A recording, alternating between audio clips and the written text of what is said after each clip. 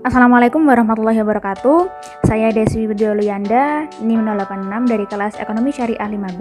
Di sini saya akan menyampaikan jawaban dari ujian akhir semester mata kuliah Sosiologi Ekonomi Islam. Sosiologi ekonomi menunjukkan perkembangan yang eksplosif sejalan dengan berbagai permasalahan sosial ekonomi masyarakat, baik di negara-negara maju maupun di negara-negara berkembang yang sedang berupaya meningkatkan kesejahteraan masyarakatnya melalui berbagai kebijakan pembangunan. Perkembangan studi sosiologi ekonomi tidak terlepas dari pengaruh pemikiran tokoh sosiologi klasik dan aliran pemikiran baru dalam sosiologi ekonomi sejak dekade 80-an. Sosiologi ekonomi juga mengalami perkembangan pesat sejak dekade 80-an. Pada masa itu, terdapat banyak teori sosiologi ekonomi yang muncul, khususnya analisis organisasi ekonomi pada tingkat mikro. Konsep yang sangat terkenal muncul pada saat itu yaitu keterlekatan sosial budaya yang pertama kali diperkenalkan oleh Polanyi dan Granovetter.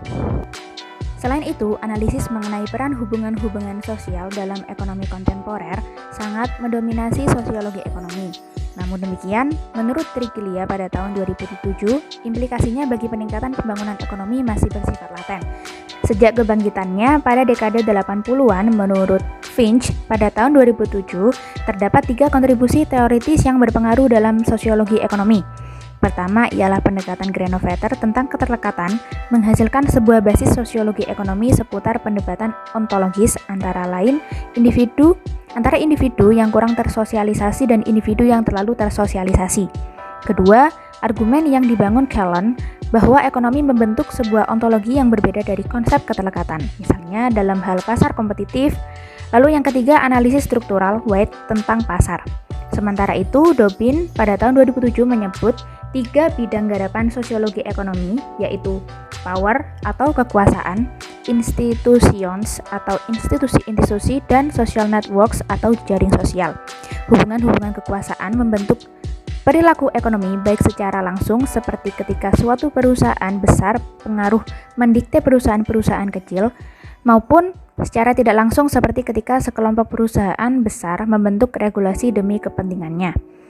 Sementara itu, aspek institusi berpandangan bahwa institusi sosial menentukan tindakan ekonomi, baik melalui institusi regulator maupun konvensi-konvensi yang ada. Paradigma merupakan pandangan yang mendasar tentang pokok persoalan terhadap sesuatu. Dari segi perilaku, di lingkungan sekitar saya mengamati bahwa manusia cenderung mengikuti gaya hidup dan tren zaman. Ada yang menghabiskan waktu luangnya untuk bersenang-senang atau dengan berbelanja atau nongkrong atau mengunjungi tempat bermain. Ada pula yang walaupun dia mengikuti tren namun tidak di semua waktu dia seperti itu.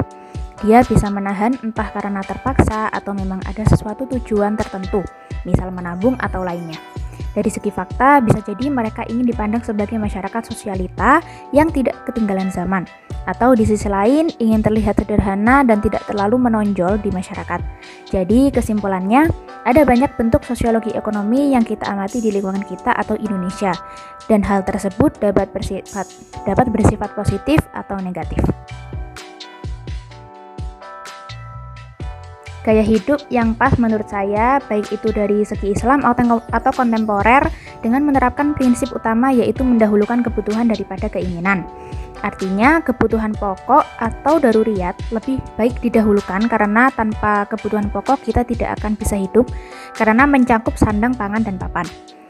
Setelah kebutuhan pokok terpenuhi, barulah kita boleh memenuhi kebutuhan yang kedua, yaitu sekunder atau kebutuhan pendukung yang berawal dari keinginan, namun sifatnya menjadi penting seperti kendaraan, handphone, akses kesehatan, hiburan, dan sebagainya.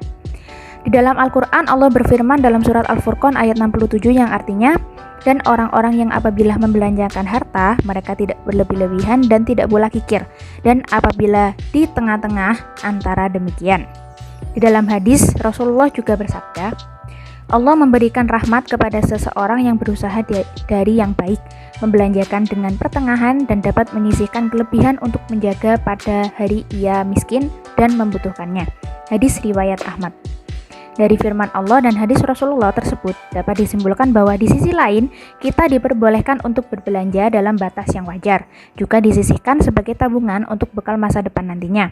Dalam ilmu modern, terdapat tips untuk mengelola uang bulanan yang dinamakan 50-30-20 methods, yang artinya 50% dari uang bulanan kita gunakan untuk belanja kebutuhan primer, 20% dari uang bulanan kita gunakan untuk menabung, dan 30% dari uang bulanan kita gunakan untuk belanja kebutuhan pendukung atau hiburan, atau bisa juga untuk tabungan insidental, agar saat terjadi sesuatu di luar dugaan, kita tidak menggunakan uang tabungan secara langsung.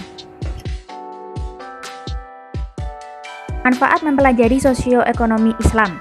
Untuk manfaat dari kita mempelajari sosiologi ekonomi sendiri ialah dapat menjadikan sebagai kajian pembangunan masyarakat maupun lingkungan. Dampak negatif dari pembangunan dapat ditekan sehingga masyarakat dapat menerima manfaatnya secara lebih maksimal. Kedua, manfaat mempelajari sosiologi yakni dapat menjadi bahan kajian mengenai pola kesehatan masyarakat. Melalui ilmu sosiologi, pola kebiasaan hingga asal mula penyakit dapat ditemukan dengan cukup mudah. Tidak mencangkup penyakit medis saja, melainkan penyakit sosial juga. Hal ini tentu dapat meningkatkan kewaspadaan masyarakat terhadap berbagai kemungkinan yang dapat terjadi mengenai masalah kesehatan dan kebiasaan sehari-hari. Yang ketiga ialah dapat meningkatkan kemampuan adaptasi masyarakat. Dengan sosiologi, sikap serta karakteristik masyarakat dapat menjadi lebih tertata. Manfaat yang lain adalah senantiasa mampu memahami perbedaan masyarakat, menjadi lebih tanggap dan kritis dalam menghadapi persoalan hidup. Dapat melatih lebih jelas siapa diri kita dalam masyarakat dan mampu mengkaji posisi kita dalam masyarakat. Dalam kehidupan nyata, bisa menganalisis diri sendiri, mulai dari lingkungan keluarga, pertemanan, mampu menganalisis masalah sosiologi ekonomi, seperti konsumerisme, hedonisme, materialisme, sehingga kita bisa menelaah langkah yang tepat agar kita dapat menghindari perilaku tersebut. Baik, itu tadi merupakan penyampaian jawaban dari saya. Apabila ada salah kata, saya mohon maaf yang sebesar-besarnya. Terima kasih. Wassalamualaikum warahmatullahi wabarakatuh.